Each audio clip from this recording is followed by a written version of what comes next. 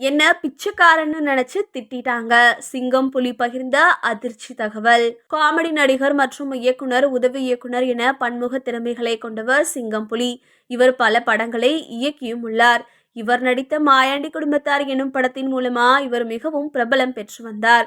அதுல இவர் சொல்ற ஒரு டயலாக் இவருக்கு மிகவும் வரவேற்பை பெற்று தந்தது. சோறு சோறு குழம்பு குழம்பு அப்படின்ற டயலாக்கால இவர் குழந்தைகள் முதல் இளைஞர்கள் வரை மிகவும் பிரபலம் அடைஞ்சாரு.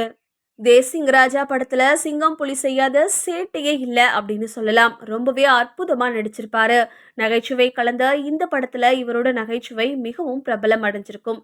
நடிகர் மற்றும் இயக்குனரா பணியாற்றி வரும் சிங்கம் புலி நான் கடவுள் படத்துல உதவி இயக்குனராகவும் இருந்து வந்தாரு. இந்த படத்துல அவரும் ஒரு பிச்சைக்காரன் வேடம் அணிந்து நடிச்சிருப்பாரு. பிச்சைக்காரர்கள் உண்மையாக இருக்க வேண்டும் என்று நினைத்த பாலா தென் மாவட்டங்களில் இருக்கும் கோவில்களில் உள்ள பிச்சைக்காரர்களை அழைத்து அதில் 30 பேரை செலக்ட் செஞ்சாரு. உண்மையான பிச்சைக்காரர்களுடன் நானும் நடித்தேன் என்று சிங்கம் புலி கூறியிருக்காரு. அப்பொழுது நான் பாலாவிற்கு அசிஸ்டன்ட் டைரக்டராக இருக்கும்போது மைக்கை வைத்து பிச்சைக்காரர்களை அங்கு போய் இங்கு போய் என்று கூறும் பொழுது நீ என்ன எங்களையே வேலை வாங்குற அப்படின்னு ஒரு பிச்சைக்கார பெண்மணி சொல்லியிருந்தாங்க.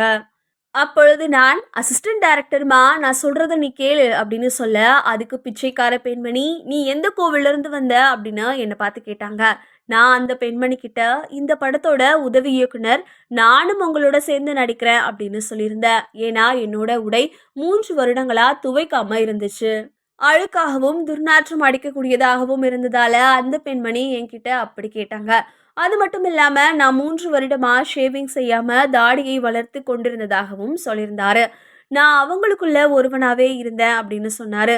அகோரிகளின் வாழ்க்கை, ஊனமுற்றோர், பிணங்களை சுடும் காவலாளிகள் போன்ற சமூகத்தின் ஒதுக்கப்பட்ட மக்களின் துயரங்கள் மற்றும் வழிகளை எடுத்து கூறும் வகையில் இந்த படம் அமைஞ்சிருக்கும்.